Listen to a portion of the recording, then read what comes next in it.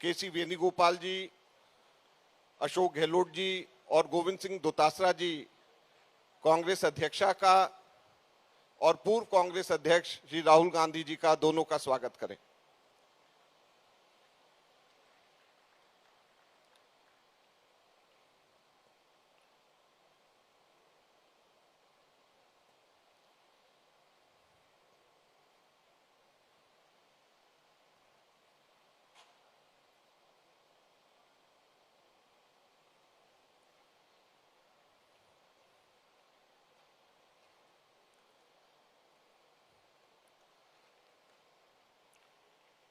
अब मैं अनुरोध करता हूं हमारे प्रदेश कांग्रेस कमेटी अध्यक्ष श्री गोविंद सिंह दोतासरा जी को कि यहां पर आएं और सब लोगों का स्वागत करें।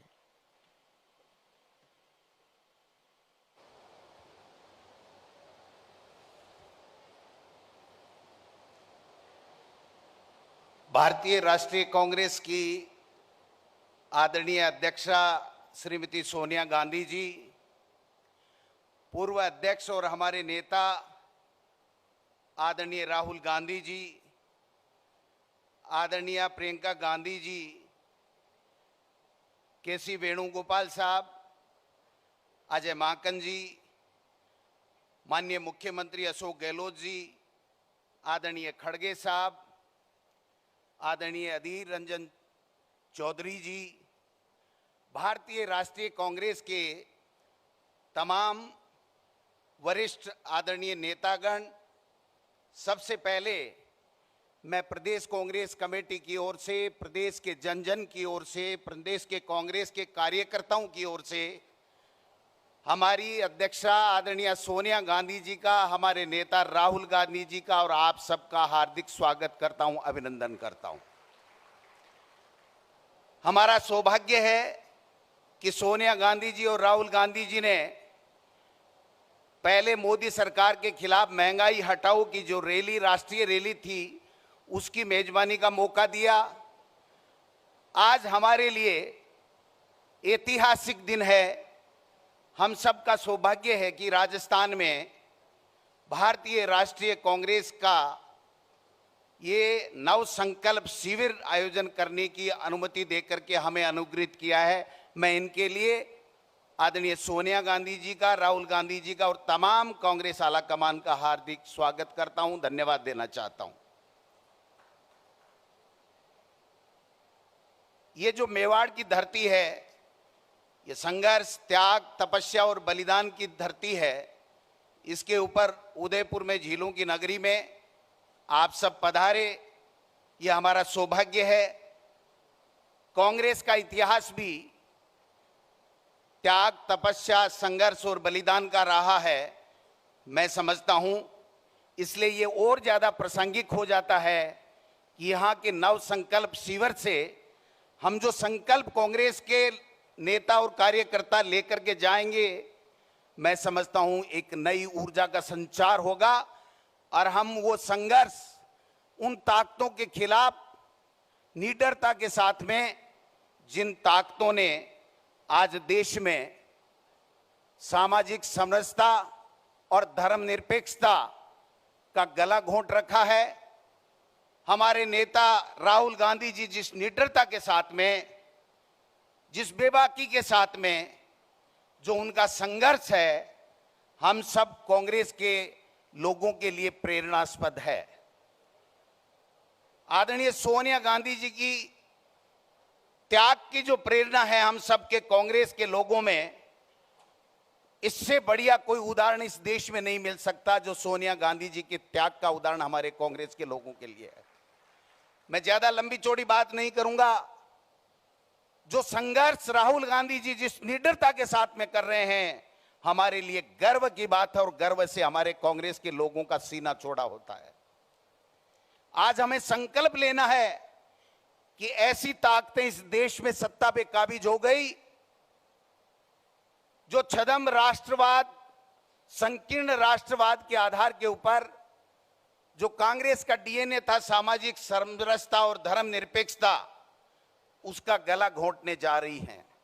इस छद्म राष्ट्रवाद के आधार के ऊपर वो सामाजिक समरसता का जो ताना बाना कांग्रेस ने सैकड़ों सालों से बुन के रखा है, उस भाईचारे को समाप्त करने के ऊपर तुले हुए हैं। मैं कहना चाहता हूं कि राहुल गांधी जी जिस प्रकार से मोदी जी और मोदी जी की सरकार को घेरने का काम करते हैं, जब राहुल गांधी जी बोलते हैं तो कांग्रेस के तमाम कार्यकर्ताओं नेताओं को खून खौल उठता है कि हां, ये हमारा नेता है। जिस बेबाकी के साथ में, जिस निडरता के साथ में कहता है, मैं समझता हूं ये जो लोकतंत्र की हत्या करने के लिए जो धर्म के आधार के ऊपर बांटने वाला तेजाब हमारे राष्ट्र की बुनियाद के अंदर जो डाल रहे हैं, उनसे सावधान रहने की जरूरत है। एक नया संकल्प लेने की आवश्यकता है।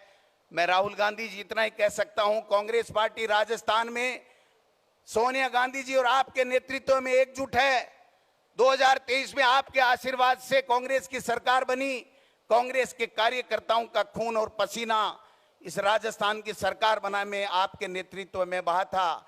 मैं पुनः विश्वास दिलाना चाहता हूं इस मेवाड़ की धरती के ऊपर, राजस्थान की वीरों और संतों की भूमि के ऊपर, कि आपके नेतृत्व में हम ईंट से ईंट बजा देंगे, लेकिन इन फासिस्ट प्रवृत्ति के लोगों से न कभी झुकेंगे न कभी डरेंगे।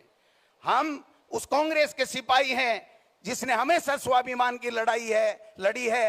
हम उस कांग्रेस के सिपाही हैं जिसने इंदिरा गांधी जी और राजीव गांधी जी का बलिदान इस देश को एक और अखंड रखने के लिए दिया है। मैं समझता हूं ये नया संकल्प हम सब के लिए, आज ये पूरी राष्ट्र की कांग्रेस एक है। आप सबके नेतृत्व में सोनिया गांधी जी और राहुल गांधी जी, हम सब संकल्प लेते हैं कि यहां से जो नया संचार इस कांग्रेस में होगा, ईंट से ईंट बजा देंगे।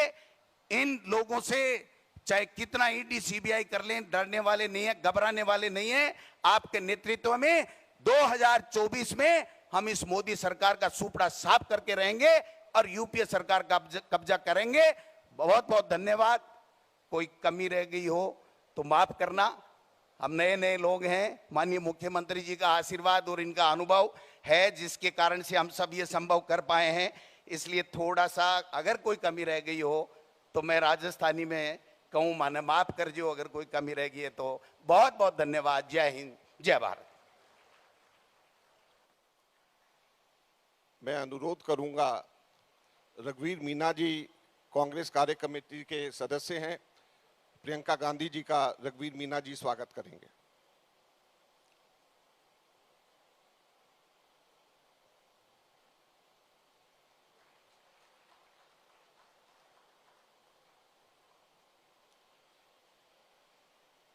मैं अनुरोध करूंगा श्री अशोक गहलोत जी को कि आएं और हम सब लोगों को संबोधित करें।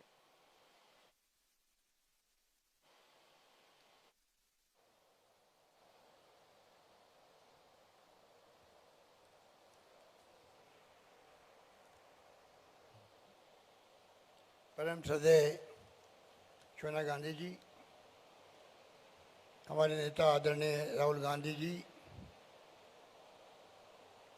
मल्लिकार्जुन खड़गे साहब, प्रियंका गांधी जी, अधीर रंजन चौधरी जी, हमारे प्रदेश के प्रभारी अजय माकन जी, वेणुगोपाल जी, छत्तीसगढ़ के मुख्यमंत्री भूपेश बघेल जी, प्रदेश कांग्रेस कमेटी का अध्यक्ष गोविंद दोतासरा जी, यहाँ पधारे हुए तमाम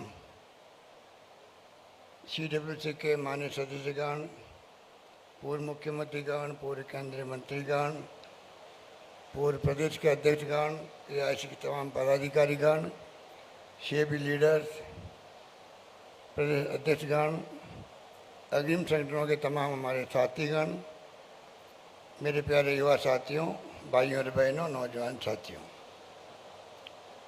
मैं सबसे पहले आप सबका अपनी ओर से, प्रदेश वासियों की ओर से हार्दिक स्वागत करता हूँ। जैसा अध्यक्ष जी ने कहा, हमारे लिए सौभाग्य की बात है कि सोनिया गांधी जी ने और राहुल जी ने इस शिविर का स्थान चुना, राजस्थान उदयपुर। मैं समझ सकता हूँ कि आप सबका आना हमारे लिए सौभाग्य की बात है। जो चेहरे नज़र आ रहे हैं नए पुराने, उससे हम सब गौरव का अनुभव कर रहे हैं। एक नई शुरुआत देश की राजनीति में होने जा रही है। ऐसे वक्त में जब कोई नहीं जानता कि देश किस दिशा में जा रहा है और किस दिशा में जाएगा, जहाँ संविधान की धज्जियाँ उड़ रही हो, लोकतंत्र खतरे में हो, जुडिशरी दबाव में हो, सीबीआई इनकम टैक्स ईडी का दुरुपयोग हो रहा हो, क्या नहीं हो रहा है, कोई सुनने वाला नहीं, कोई समझने वाला नहीं, किसी को आवाम से भय भी नहीं है। हमारे वक्त में हर वक्त कांग्रेस के नेतृत्व लोग क्या कहेंगे उसके आधार पर लोकतंत्र की भावनाओं की कदर करते फैसले करते थे। कई मुख्यमंत्री होंगे, कई केंद्रीय मंत्री इस्तीफे हो गए। इनके लिए कोई मायने नहीं रखता है लोकतंत्र। कुछ भी आरोप लगा दीजिए, कितनी संघर्ष कर रही जनता, इनको परवाह नहीं है। ऐसे फासिस्टी लोग धर्म के नाम पे काबिल हो गए देश के अंदर, जो आसान काम है।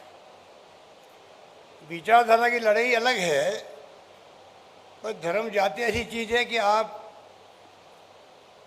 भड़का सकते हो, दंगे भी, हिंसा कर सकते हो रहा है देश के अंदर। राजस्थान तो टारगेट नंबर 1 अब जहाँ जहाँ चुनाव आते हैं वहाँ वहाँ ये टारगेट बना लेते हैं।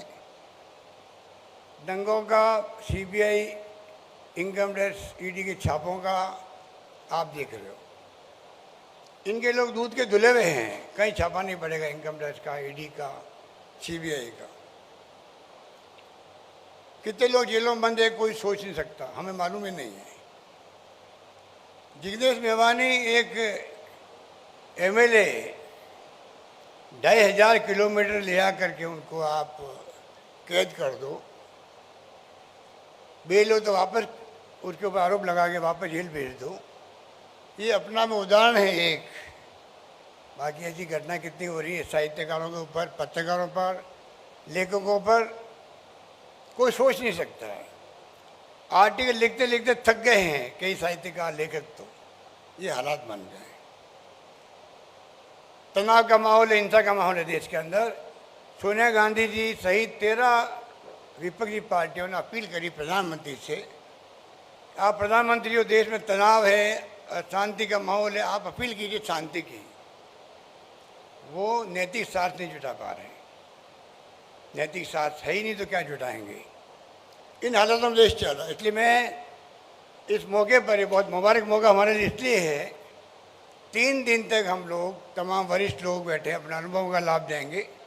नौजवान पीढ़ी के लोग आए हैं, वो अपने फ्यूचर को देख करके कांग्रेस की नीतियाँ, उसके कार्यक्रम के सिद्धांत जो महात्मा गांधी, पंडित नेहरू, सरदार पटेल, मौलाना अबुल कलाम आज़ाद के वक्त के हैं, अमेरिका के वक्त का संविधान है, दुनिया लोहा मानती है। आज देश कहाँ के कहाँ पहुँच गया आज़ादी के बाद में 70 साल के अंदर। इनको शर्म ही नहीं आती कहते हुए कांग्रेस ने 70 साल में क्या किया। इतनी बेशर्मी से बोलते हैं, पूरा देश सुन रहा है। कांग्रेस मुक्त भारत में ला देंगे। मैं कई बार कहता हूँ कांग्रेस मुक्त तो कभी होगी नहीं। कांग्रेस का इतिहास, उसके कार्यक्रमों के सिद्धांत देश के डीएनए की तरह है। सोनिया गांधी के नेतृत्व में जिस रूप में हमने देखा है यूपीए गवर्नमेंट को ऐतिहासिक फैसले किए उन्होंने भी।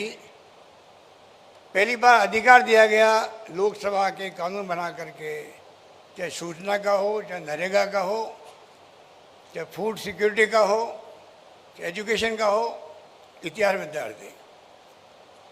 हमारी खाली कमजोरी है कि हम काम करते हैं, मार्केटिंग नहीं करते हैं। और ये इतने झूठे फरेबी लोग हैं, काम कुछ नहीं करते हैं। कभी गुजरात मॉडल की बात कर लेते हैं। ये आरएसएस और बीजेपी के जो फासिस्ट तत्व हैं, इनका काम यही है। इसलिए मैं लंबी बात नहीं करता हुआ, मैं मुबारक मौके पर सोनिया जी का, राहुल जी का, आप सबका मैं हार्दिक स्वागत करता हूँ। मुझे उम्मीद है कि 3 दिन तक गहराई के साथ में, काफ़ी टाइम दिया गया डिस्कशन का, हम बैठेंगे, बातचीत करेंगे और जो फैसले होंगे वो हम सब के लिए एक नए संकल्प के साथ में हम आगे बढ़ेंगे। और तमाम कार्यकर्ताओं तक बात पहुंचाएंगे, तमाम देश की जनता तक, जनमानस तक हमारी भावना क्या है वो पहुंचाने में हम लोग कामयाब होंगे। यही बात करता मैं अपनी बात समाप्त करता हूं। धन्यवाद। जय हिंद। धन्यवाद।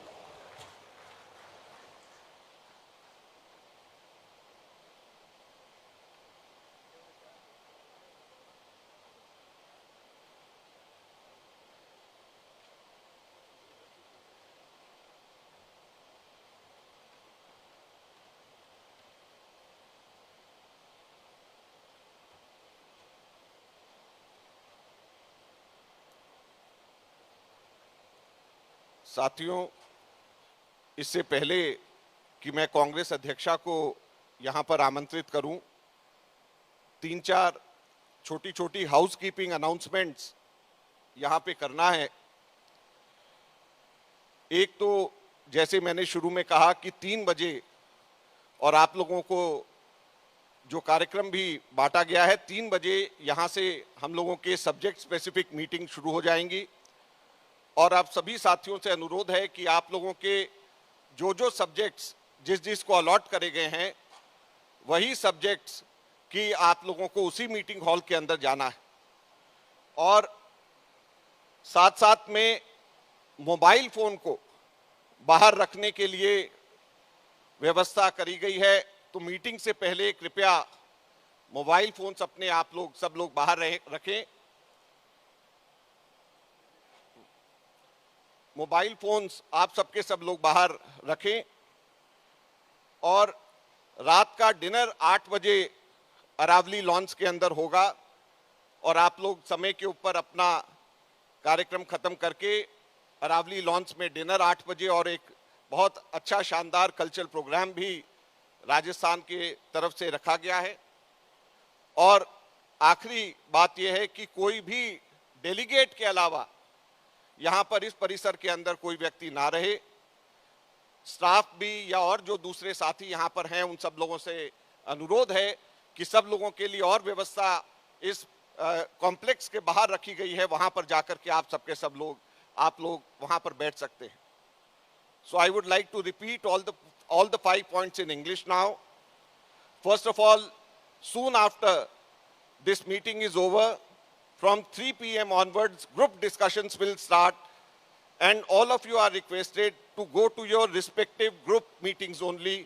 Everyone has been allocated a specific group. Please stick to your own group which you represent.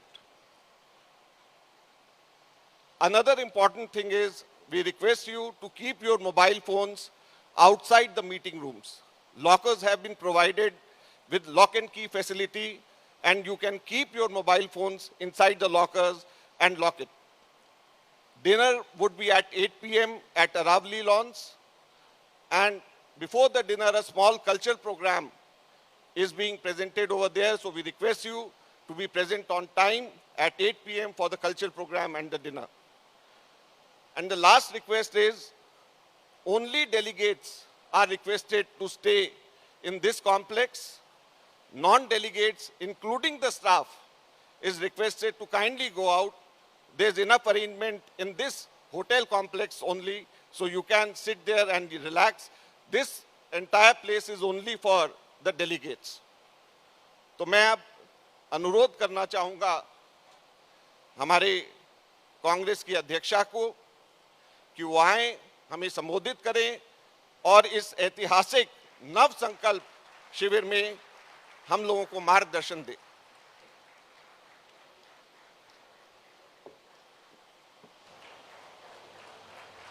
सबसे अनुरोध है जोरदार तालियां बजा करके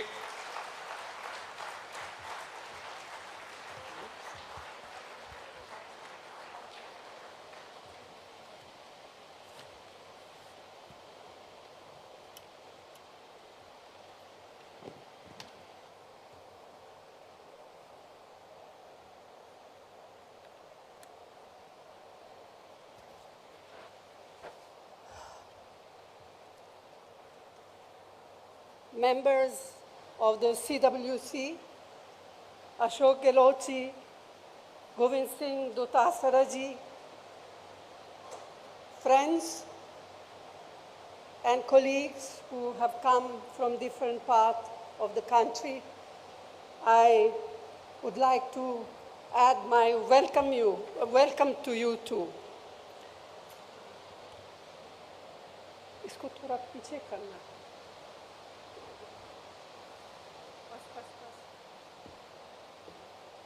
Our Chintan Shivir in this historic city with such a glorious heritage has as its theme Nav Sankalp. It gives us an opportunity to discuss amongst ourselves the numerous challenges that the country is facing as a result of the policies of the BJP and of the RSS and its affiliates.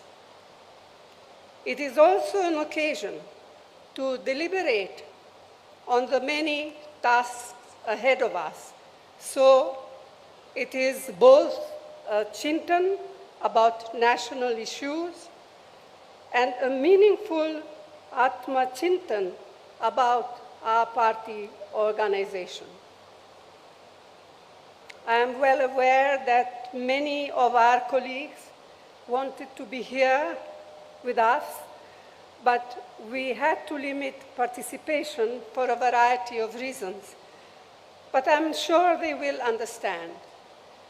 And not being here does not in any way devalue the role they are playing in our organization. Friends, by now it has become abundantly and most painfully clear what Prime Minister Modi and his colleagues really mean by their frequently repeated slogan, maximum governance, minimum government. It means keeping the country in a state of permanent polarization, compelling people to live in a constant state of fear and insecurity. It means viciously targeting, victimizing, and often brutalizing minorities who are an integral part of our society and are equal citizens of our republic. It means using our society's age-old pluralities to divide us and subverting the carefully nurtured idea of unity in diversity. It means threatening and intimidating political opponents, maligning their reputation, jailing them on flimsy pretext, misusing investigative agencies against them. It means eroding the independence and professionalism of all institutions of democracy. It means the wholesale reinvention of history, the constant denigration of our leaders, especially Jawaharlal Nehru, and the systematic moves to distort, deny, and destroy their contributions, their achievements, and their sacrifices. It means glorifying the killers of Mahatma Gandhi and their ideologues. It means the blatant undermining of the principles and provisions of our nation's constitution, of its pillars of justice, liberty, equality, fraternity, and secularism. It means turning a blind eye to continued atrocities across the country on weaker sections, especially Dalits, Adivasis, and women. It means using fear to make the bureaucracy, to make corporate India, to make civil society, and sections of the media fall in line. It means more empty slogans, diversionary tactics, and utter silence on the part of an ever so eloquent Prime Minister when the healing touch is most needed. It is not just the undermining of our long-cherished values embodied in the Constitution that are now at grave risk. The fires of hatred and discord that are being ignited have taken a heavy toll on on their lives. This is having serious social consequences, much more serious than we can even imagine. The vast majority of Indians want to live in an atmosphere of peace, of amity and harmony. The BJP, its cohorts and surrogates, want to keep people in a state of perpetual frenzy and conflict. They constantly provoke, instigate, and inflame. We have to combat this growing virus of divisiveness that is being maliciously and mischievously spread. This we must do at all costs.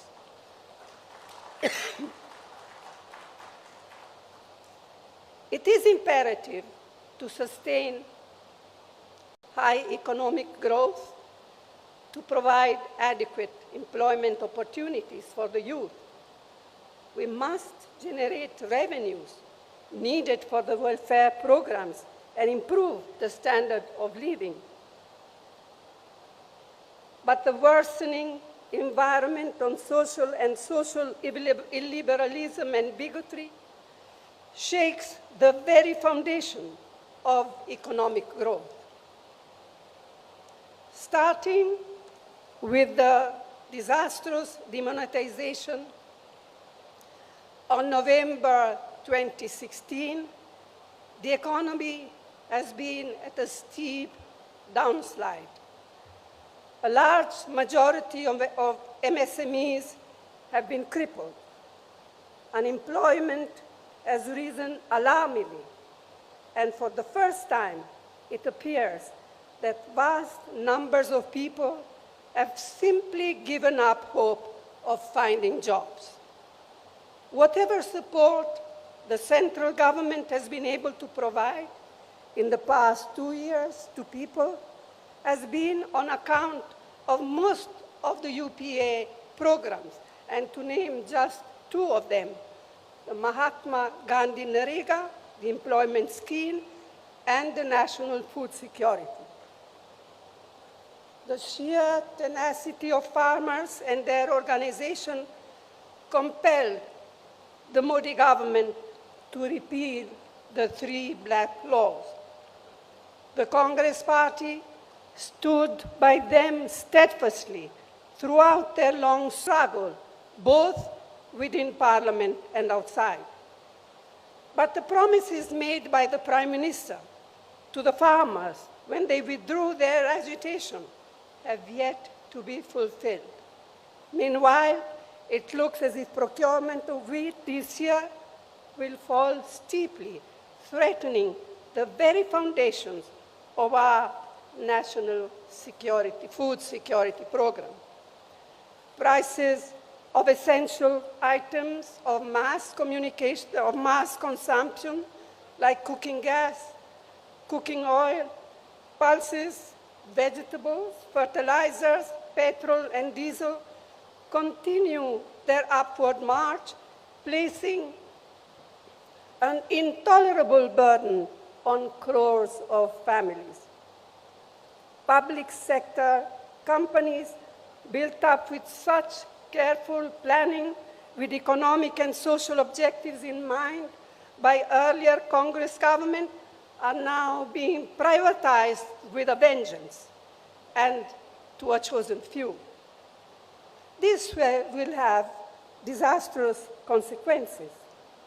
Among other things, this means that one avenue for assured employment for scheduled castes and scheduled tribes will get totally closed. अब मैं कुछ बातें हिंदी में कहना चाहूँगी।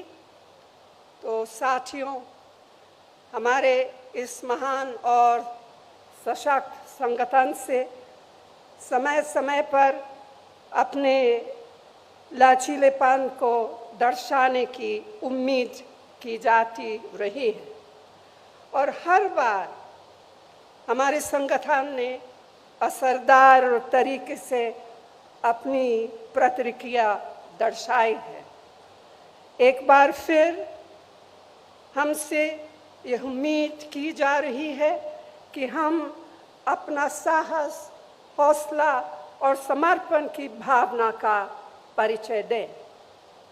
लेकिन आज जो हमारे संगठन के सामने परिस्थितियां उत्पन्न हुई है, वे अभूतपूर्व है। असाधारण परिस्थितियों का मुकाबला असाधारण तरीके से ही किया जा सकता है, इस बात के प्रति मैं पूरी सचेत हूँ। हर संगठन को न केवल जीवित रहने के लिए बल्कि बढ़ने के लिए भी समय समय पर अपने अंदर परिवर्तन लाने होते हैं। हमें सुधारों की सख्त ज़रूरत है। रणनीति में बदलाव, ढांचागत सुधार और रोज़ाना काम करने के तरीके में परिवर्तन। एक तरह से यह सबसे बुनियादी मुद्दा है। लेकिन मैं ये भी जोर देकर कहना चाहती हूँ कि हमारा पुनरुत्थान सिर्फ विशाल सामूहिक प्रयासों से ही हो पाएगा और वो विशाल सामूहिक प्रयास ना टाले जा सकते हैं, न ही टाले जाएंगे। यह शिविर इस लंबे सफर में एक प्रभावशाली कदम है। हमारे लंबे और सुनहरे इतिहास में आज एक ऐसा समय आया है जब हमें अपनी निजी आकांक्षाओं को संगठन के हितों के अधीन रखना होगा। पार्टी ने हम सभी को बहुत कुछ दिया है। अब समय है कर्ज उतारने का।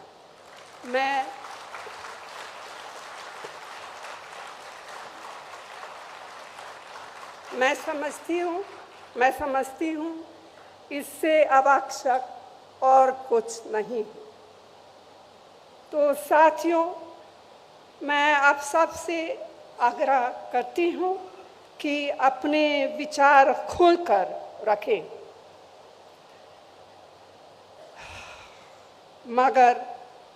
मगर बाहर सिर्फ एक ही संदेश जाना चाहिए: संगठन की मजबूती, दृढ़ निश्चय और एकता का संदेश। यह निश्चय बरकरार रखना होगा।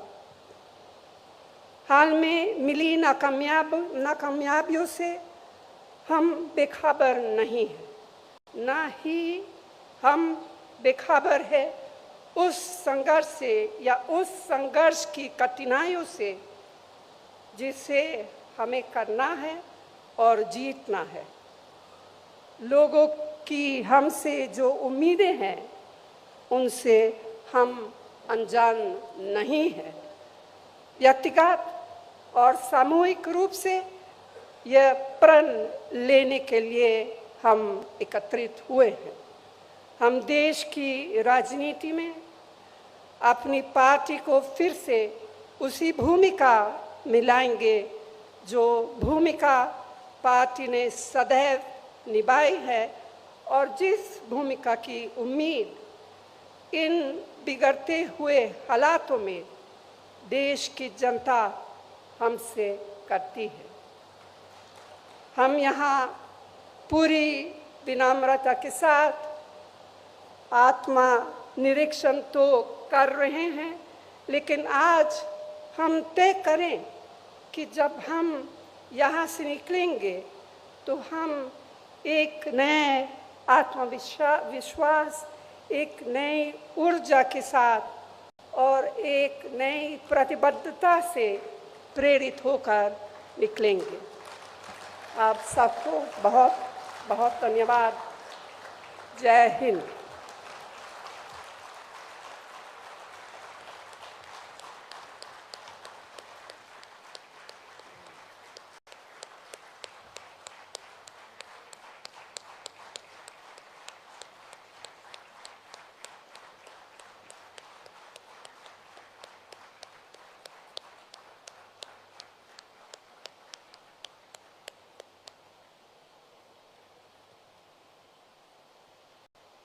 कांग्रेस अध्यक्षा के इस प्रेरणादायक उद्बोधन और मार्गदर्शन के लिए हम सब लोग इनका धन्यवाद करते हैं और हम लोगों को पूरी आशा है कि इस नव संकल्प शिविर से ही हम लोगों का आगे का रास्ता शुरू होगा।